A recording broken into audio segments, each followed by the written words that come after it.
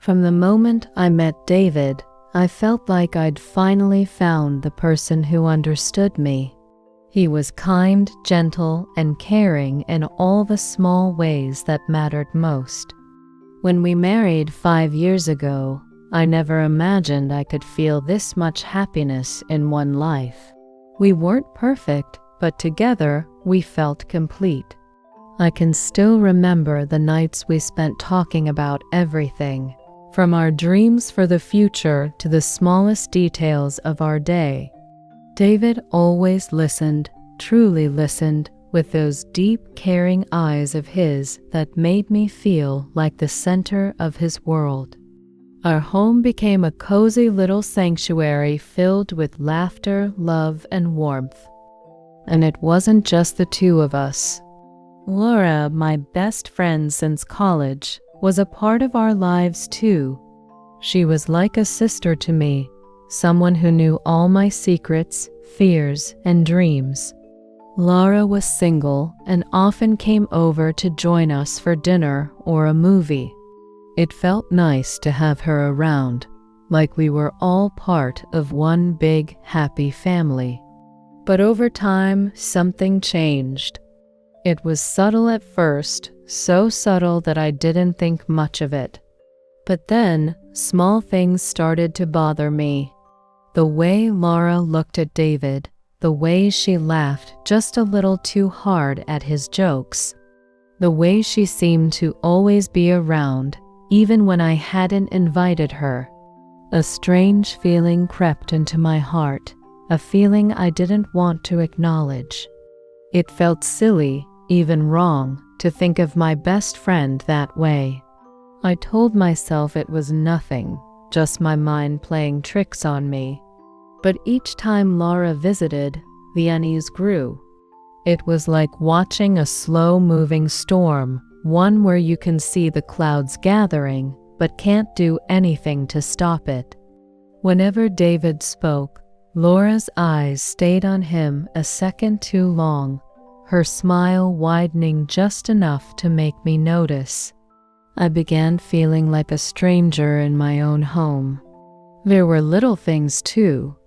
Laura started asking more about David, things she hadn't cared about before. She wanted to know about his work, his interests, his favorite books. And every time she laughed at something he said, her laughter felt different, almost rehearsed, as if she were trying to draw him in. Part of me felt guilty for feeling this way. Laura was my best friend. How could I even think she would ever hurt me like that? But another part of me couldn't ignore it. I began questioning everything, my friendship with Laura, my trust in her, and even my trust in myself. David, of course, remained blissfully unaware of my inner turmoil. He still treated Laura as a friend, and I could see no change in his behavior. But that only made it harder. I wanted to tell him, to confide in him the way I used to, but I feared he'd think I was being paranoid or jealous. Finally, one evening, I couldn't take it anymore. I decided to talk to Laura, to confront the silent tension that had been building inside me. I invited her over, and we sat in my living room, sipping tea and pretending everything was normal. But I couldn't hold it in any longer. "Laura," I began, my voice trembling, "is there something you need to tell me?" She looked at me, puzzled. "What do you mean?" "About David," I said, the words feeling strange and heavy on my tongue. "I've noticed. I don't know.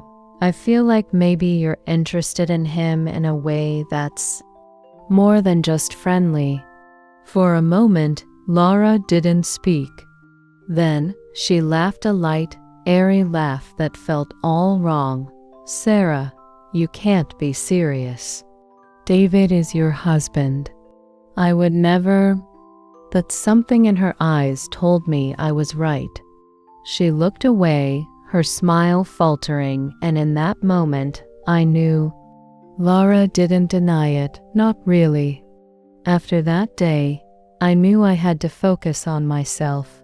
Laura and I drifted apart, the friendship we once shared slipping away like sand through my fingers. I felt an ache in my heart, a sense of loss that was hard to explain. Losing a friend was painful, but losing a friend to something like this felt even worse. I decided it was time to talk to David. I couldn't carry this weight alone. I told him everything, from my suspicions to my confrontation with Laura. He listened quietly, his expression a mix of surprise and concern. "Sarah," he said gently, taking my hand, "you're the only one I love. I would never, ever hurt you." His words felt like a balm on my wounded heart, but the pain didn't vanish completely. I knew that trust took time, that my insecurities weren't something I could ignore. But in that moment, I also realized that I was stronger than I thought. A few weeks later, Laura reached out to me. She admitted her feelings, saying she hadn't intended to hurt anyone, but that her emotions had taken her by surprise. I listened, feeling a strange mixture of relief and sadness. Her honesty brought closure, but it also reminded me of what I'd lost. I realized that I had to let go. Holding on to the past, to the friendship we once had, would only bring me more pain. So I told Laura that while I forgave her, I needed to move on for my own peace. It wasn't easy, but it was necessary. In the months that followed, David and I focused on each other, on rebuilding the bond that had once felt so unbreakable. We took small trips, spent quiet evenings talking, and found joy in the little things that had brought us together in the first place. Through it all, I learned to trust myself, to believe in my own strength. Losing a friend was hard, but it taught me the importance of self-worth and the value of a true, unshakable love. David and I emerged from the experience stronger than before, our love renewed and our hearts open. And as for Laura, I wished her well, knowing that some people come into our lives for a season, but not all of them are meant to stay forever. If you enjoyed this story with relaxing visuals in the background and would like more videos like this, let us know in the comments. Your feedback helps us create more content tailored just for you. Thanks for watching and see you in the next video.